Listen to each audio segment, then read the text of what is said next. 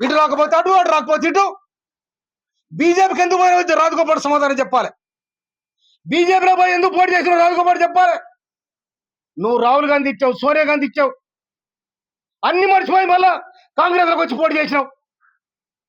కాంగ్రెస్ లోకి వచ్చి పోటీ చేసి నికార్సైన కాంగ్రెస్, మా కాంగ్రెస్ అంటే వీళ్ళంతా ఎవరు? ఈ సర్పంచులంతా ఎవరు? ఈ కార్యకర్తలు ఎవరు? ఈ లీడర్ అంతా ఎవరు? కనుక మళ్ళీ ఒకసారి తుంగతుర్తి కోసం కానీ, నకరకల కోసం కానీ, మా మాదిగ సీట్ల కోసం, మా దళిత సీట్ల కోసం మీరు మాట్లాడితే దానికి సమాధానం దొరుకుతుంది కూడా మనం చేస్తున్నాను. మేము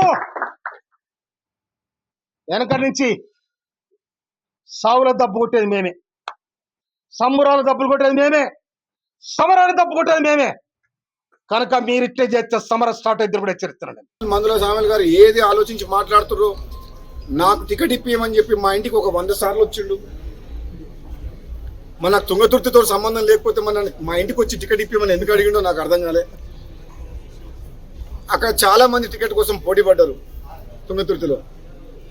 కానీ మందుల సామెల్ గారికి నేను మాట ఇచ్చిన, నేను తప్పకుండా నేను అసెంబ్లీలోకి తీసుకెళ్తా, నువ్వు అసెంబ్లీలో అడుగు పెడుతున్నావు నీకు మాట ఇచ్చిన. నేను తిరుపతిలో ఉన్నప్పుడు ఫోన్ చేస్తే ఆయన ఫోన్ చేసి ఇదే మాట చెప్పిన, నీకు మాట ఇస్తున్న దేవుని సమక్షంలో నువ్వు అసెంబ్లీలో అడుగు పెడతావని చెప్పిన. మాట ఇచ్చినట్టు నేను కాంగ్రెస్ పార్టీలో చేరినప్పుడు నేను అడిగిన 2 టికెట్లు బాన్స్వాడలో ఏనుగు రవీందర్ రెడ్డి గారికి, తుంగతుర్తిలో మందుల సామెల్ గారికి, ఈ 2 టికెట్లు కూడా నేనే అధిష్టానంతో మాట్లాడి నా టికెట్తో పాటు వాళ్ళకి టికెట్ తీసుకొచ్చి నేను.